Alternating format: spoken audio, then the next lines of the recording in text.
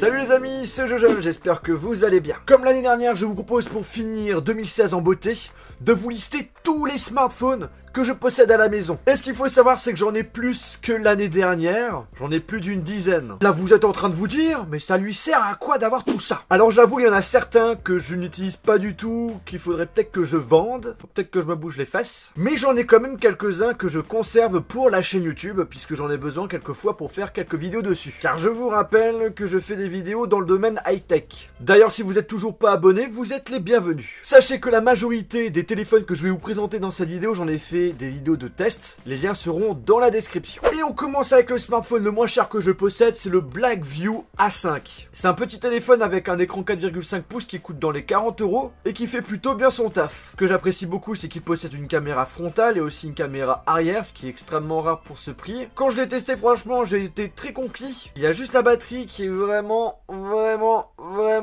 pas bonne du tout. Genre, vous tenez même pas une demi-journée avec. Puis nous avons le Flash 2. Donc ça, c'est un smartphone que j'ai pas eu le temps pour l'instant de tester. C'est un smartphone qui coûte dans les 100 € et qui propose des caractéristiques assez intéressantes.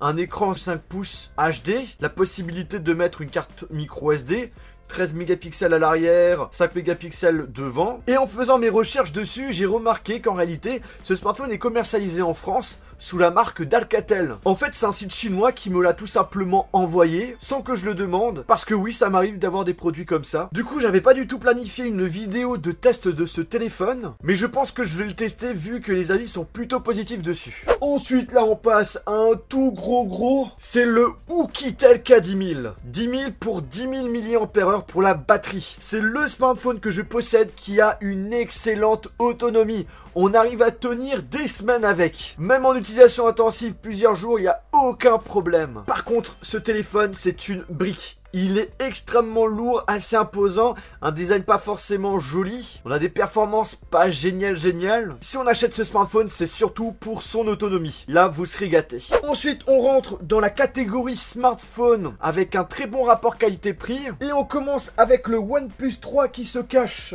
quelque part. Mais où est-il? Ah, il est ici. Donc voilà, c'est le OnePlus 3. Là, j'ai une coque effet bambou très sympathique. Quand je l'ai testé, c'était le smartphone le plus puissant qui existe, mais il a été remplacé par le OnePlus 3T. Je vous en parle juste après, parce que je viens de le recevoir. Alors c'est un smartphone qui est en aluminium avec un grand écran 5,5 pouces Full HD, des caractéristiques très intéressantes, un processeur Snapdragon 820, 6 Go de RAM, une batterie de 3000 mAh avec une recharge rapide et un bon appareil photo de 16 mégapixels. Le prix 399 €. Ensuite, nous avons le OnePlus 3T que je viens juste de recevoir aujourd'hui, que je vous propose de déballer. Où est le couteau? Ah, ch'touk. D'ailleurs, je remercie OnePlus qui me l'a gentiment envoyé. Alors, au niveau de l'unboxing, je pense que c'est pareil que le OnePlus 3. Hop là. Le OnePlus 3T qui est donc ici. C'est un 128 Go. Alors moi, ce qu'il faut savoir, c'est que j'avais le OnePlus 3 couleur blanc. Et donc là, on l'a en noir. Là, j'ai le OnePlus 3. Là, j'ai le OnePlus 3T.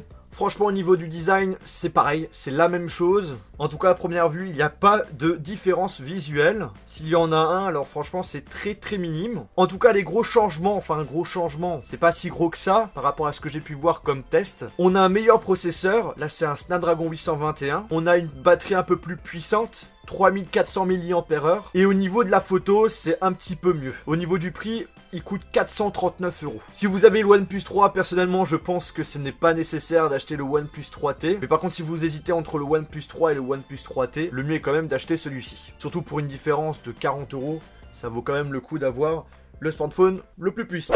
Autre smartphone avec un très bon rapport qualité-prix, c'est le Xiaomi MX5. C'est le premier smartphone Xiaomi que j'ai testé et franchement, j'en étais très content. Xiaomi, pour ceux qui ne connaissent pas, c'est en quelque sorte le constructeur Apple chinois. C'est le smartphone haut de gamme le moins cher qui existe actuellement sur le marché, puisqu'il ne coûte que 350 €. On est sur un très beau smartphone avec un contour en aluminium et du verre à l'arrière. On a un écran 5,1 pouces Full HD avec une bonne luminosité. Il fait de très belles photos en plein jour. On a une autonomie convenable d'une journée en utilisation intensive. Le seul truc qui est chiant, c'est que de base, vous n'avez pas du tout les services de Google et que ce smartphone, vous l'avez soit en anglais ou en chinois. chinois pour pouvoir l'avoir en français et pour pouvoir installer les services de Google, dont par exemple le Play Store, il faut installer une nouvelle ROM. C'est un très bon téléphone, mais je vous conseille pas forcément de l'acheter actuellement, surtout en ce qui concerne le SAV, sachant que ça s'achète de base sur des sites chinois. Si vous avez un souci avec, on va plutôt vous envoyer bouler. Par la suite, nous avons bien entendu le Honor 8, qui a également un très bon rapport qualité-prix. Il coûte dans les 400 €, mais souvent on a la possibilité avec des réductions de l'avoir entre 300 et 350 €. Il est très beau, surtout en bleu. On a un écran 5,2 pouces Full HD. On a un double objectif 12 mégapixels qui propose une bonne qualité photo. La caméra frontale de 8 mégapixels, elle est top. L'autonomie, c'est un peu moyen. On tient une journée. Les points négatifs qu'on a sur ce téléphone, c'est qu'en film, en vidéo, on ressent assez facilement les mouvements. Et la matière à l'arrière, c'est du verre. Et c'est un des téléphones que j'ai testé dernièrement qui glisse assez facilement des mains. Donc le mieux est d'acheter une coque, ou soit de faire très attention. On passe ensuite aux iPhones que je possède à la maison. J'ai donc un iPhone 7 Plus, un iPhone 7, un iPhone 3GS et un iPhone 4 qui est juste là-bas et que je vais chercher.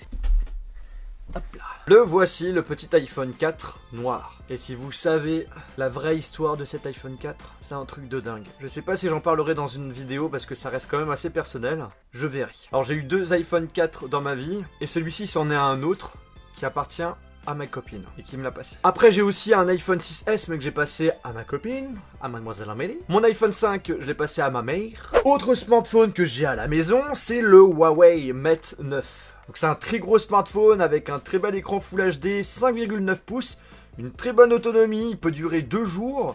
On a des très bonnes performances, on a un appareil photo qui est plutôt bon, mais un petit peu décevant en faible luminosité. Et le truc franchement que j'ai kiffé sur ce smartphone de chez Huawei, c'est que sur leur surcouche Huawei, eh bien on a la possibilité de base d'activer le tiroir d'application, alors qu'avant ce n'était pas possible. Après je possède, avec tous ces smartphones sur le canapé, j'ai du mal à trouver. Ah voilà, le voilà. Donc voici le Galaxy S7, le fameux pote de l'iPhone 7, et qui est un très bon smartphone par rapport au Galaxy S6, il est largement mieux, que ce soit au niveau de l'autonomie, au niveau de l'écran, il est résistant à l'eau. Et en plus, on a la possibilité de rajouter une carte mémoire dessus. Alors celui-ci, je ne l'ai pas testé. J'ai plutôt testé le Galaxy S7 Edge. Celui-là, je ne l'ai plus à la maison. Puis on finit cette vidéo avec les smartphones 100% Google. Donc j'ai le Nexus 6P, qui est ici. Un très bon smartphone que j'ai depuis 1 an, qui fait partie de mes chouchous. Et en plus de cela, il coûte plus trop cher ces temps-ci, vous pouvez l'avoir autour des 450 €. Ce que j'apprécie beaucoup, c'est sa taille d'écran, sa qualité photo, sa qualité vidéo. On a une très bonne stabilisation.